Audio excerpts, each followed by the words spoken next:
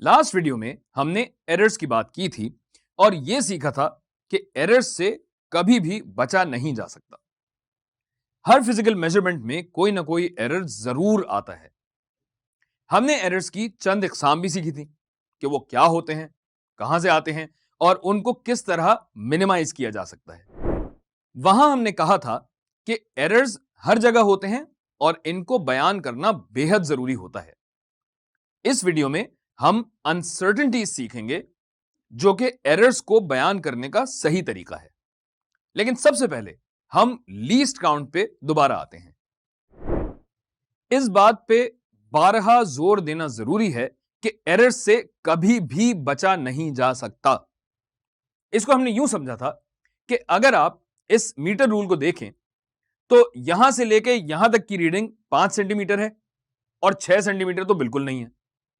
अब 5 सेंटीमीटर से कितना ज्यादा है यह हम नहीं बता सकते क्योंकि इस इंस्ट्रूमेंट का लीस्ट काउंट 1 सेंटीमीटर है। लीस्ट काउंट कहते ही किसी मेजरिंग इंस्ट्रूमेंट की उस छोटी से छोटी वैल्यू को है जो उस इंस्ट्रूमेंट पे मेजर की जा सके। ऐसा क्यों है? इस मीटर स्केल पे अगर आप गौर करें तो हर 0.1 सेंटीमीटर पे मार्किंग्स हुई हुई हैं और इन मार्किंग्स के बीच में ये ब्लैंक स्पेसेस हैं। इन ब्लैंक स्पेसेस की वजह से हम 100% नहीं बता सकते कि ऑब्जेक्ट की लेंथ क्या है।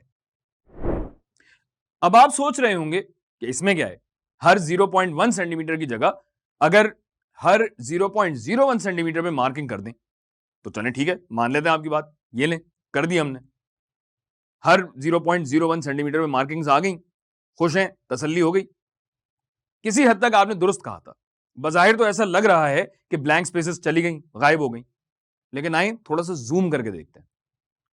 जूम इन करके जब देखें तो आप पे वाज़ेह हो जाएगा कि ब्लैंक स्पेसेस तो अपनी जगह बरकरार हैं भाई, और चाहे मजीद छोटी वैल्यूज पे ही मार्किंग्स क्यों ना कर दें, जितना आप जूम इन करते जाएंगे ये ब्लैंक स्पेसेस वाज़ेह होती रहेंगी।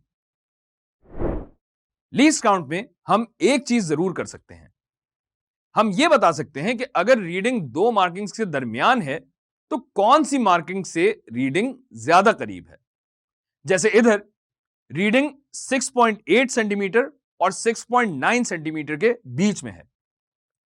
अब अगर आप गौर करें तो रीडिंग 6.8 सेंटीमीटर के करीब है बनिस्बत 6.9 सेंटीमीटर के। तो साबित हुआ कि हम ज्यादा से ज्यादा हाफ वे यानी आधे रास्ते तक बता सकते हैं कि रीडिंग लगभग कितनी है। इसका मतलब यह हुआ कि रीडिंग में लीस्ट काउंट के आधे डिस्टेंस तक की गुंजाइश होती है। ऐसा ही कुछ 6.8 सेंटीमीटर और 6.7 सेंटीमीटर के बीच में भी होगा। अगर रीडिंग इन दोनों के बीच में हाफ पॉइंट के आगे है तो वो 6.8 सेंटीमीटर से ज्यादा करीब है। सो मार्किंग से हाफ डिस्टेंस पीछे से लेके हाफ डिस्टेंस आगे तक हम रीडिंग को 6.8 सेंटीमीटर ही कहेंगे। दूसरे अल्फाज में कहना चाहें तो मेजरमेंट 6.8 सेंटीमीटर है और इस 6.8 सेंटीमीटर से 0.05 सेंटीमीटर ज्यादा या कम हो सकती है। यह लीस्ट काउंट की वजह से अनसर्टेनिटी है। अब इसको मैथमेटिकली कैसे लिखें? याद रहे फिजिक्स की लैंग्वेज मैथ होती है, तो अनसर्टेनिटी को भी मैथ के ही जरिए बयान किया जाता है। अनसर्टेनिटी को हम किसी रीडिंग में इस तरह लिखते हैं, L is equal to L not plus और माइनस डेल्टा L। यहां L नॉट जो है वो तो आपकी रीडिंग है, जैसे हमारी एग्जाम्पल में रीडिंग 6.8 सेंटीमीटर है, और डेल्टा L जो है वो अनसर्टेनिटी है। हमारी एग्जाम्पल में अनसर्टेनिटी प्लस और माइनस डेल्टा L होगा 0.05 सेंटीमीटर। मतलब कि 6.8 सेंटीमीटर से 0.05 सेंटीमीटर ज्यादा या 0.05 सेंटीमीटर कम। ओके, अब एक जरूरी बात समझें, कोई भी मेजरमेंट हो वो दो रीडिंग्स पे मुश्तमिल होती है। मिसाल के तौर पे आप देखना चाहते हैं कि आपको अपने घर से दोस्त के घर जाने में कितना वक्त लगता है, मतलब ये कि ड्यूरेशन ऑफ ट्रैवल कितनी होगी। ये किस तरह नापा जाएगा? सफर का दौरानिया नापने के लिए आप एक घड़ी का इस्तेमाल करेंगे।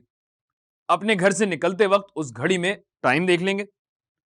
फर्ज करेंगे वक्त हो रहा है 5:54, 5:54 और 23 सेकंड्स। फिर जब आप अपने दोस्त के घर पहुंचेंगे तब टाइम देख लेंगे। फर्ज करें कि पहुंचते पहुंचते वक्त हो जाता है 6:12 और 8 सेकंड। मतलब सफर के दौरानी की मेजरमेंट के लिए मुझे 2 रीडिंग्स चाहिए थी, एक शुरू में और एक एंड में। मेरी घड़ी का लीस्ट काउंट है 1 सेकंड, यानी 1 सेकंड से छोटी वैल्यू नहीं बता सकती। तो दोनों रीडिंग्स में अनसर्टेनिटी कितनी हो जाएगी?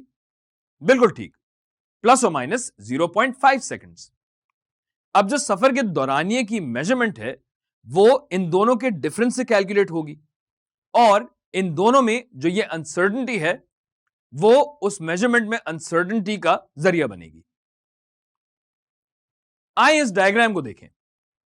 इधर टाइम ऑफ डे यानी घड़ी में जो वक्त है उसको एक एक्सिस पे मार्क कर दिया है और इस डायग्राम पे रवानगी का वक्त यानी 5:54 और 23 सेकंड और दोस्त के घर पहुंचने का वक्त यानी 6:12 और 8 सेकंड मार्क कर दिया गया है।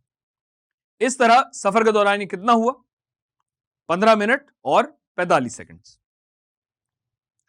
तो सफर का दौरानिया इन दोनों का डिफरेंस है, यानी ये इंटरवल। अब जो दोनों रीडिंग्स में अनसर्टेनिटी है उसे भी मार्क कर देते हैं।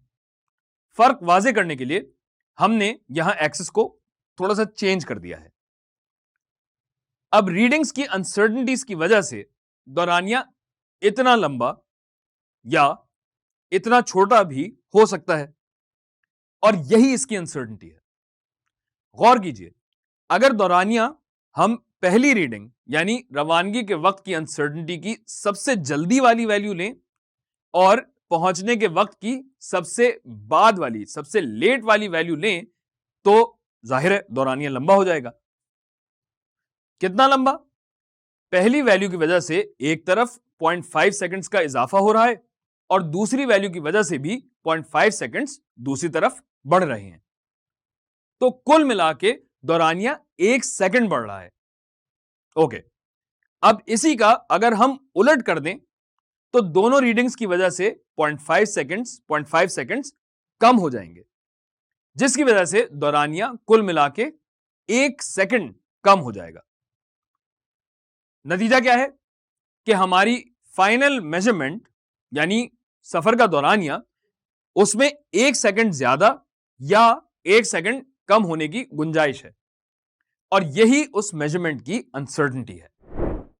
चलें जल्दी से इसे मैथमेटिकली समझ लेते हैं। जो हमारी मेजरमेंट है it is equal to the final reading minus the initial reading, मतलब measured value is equal to RF minus RI। हमारे केस में it will be 15 minutes and 45 seconds. यह कहलाती है प्रिंसिपल वैल्यू। मेजर्ड वैल्यू में uncertainty निकालने के लिए हम पहले फाइनल रीडिंग में अनसर्टेनिटी ऐड करेंगे, मतलब RF प्लस डेल्टा RF, और इनिशियल वैल्यू में अनसर्टेनिटी माइनस करेंगे, RI माइनस डेल्टा RI, और फिर इन दोनों को आपस में सब्ट्रैक्ट कर देंगे। सो मेजर्ड वैल्यू जो है वो है RF plus delta RF minus RI minus delta RI। Brackets expand करें और थोड़ा सा रीअरेंज कर लें। So we will get RF minus RI plus delta RF plus delta RI।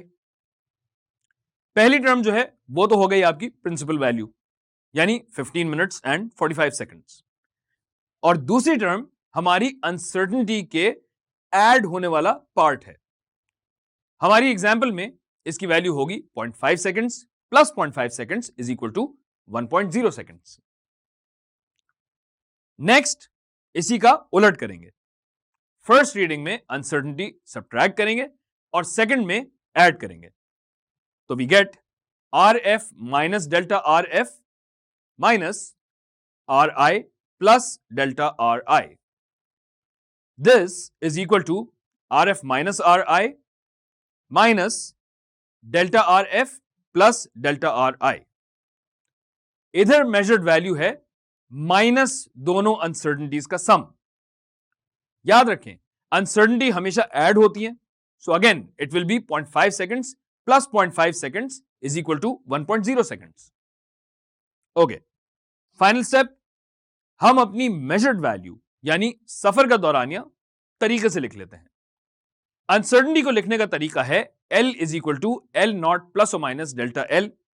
सो हम लिखेंगे L not is equal to 15 minutes 45 seconds, और हम प्लस और माइनस डेल्टा एल की जगह लिखेंगे प्लस और माइनस 1.0 सेकेंड्स, और यह है हमारा फाइनल आंसर।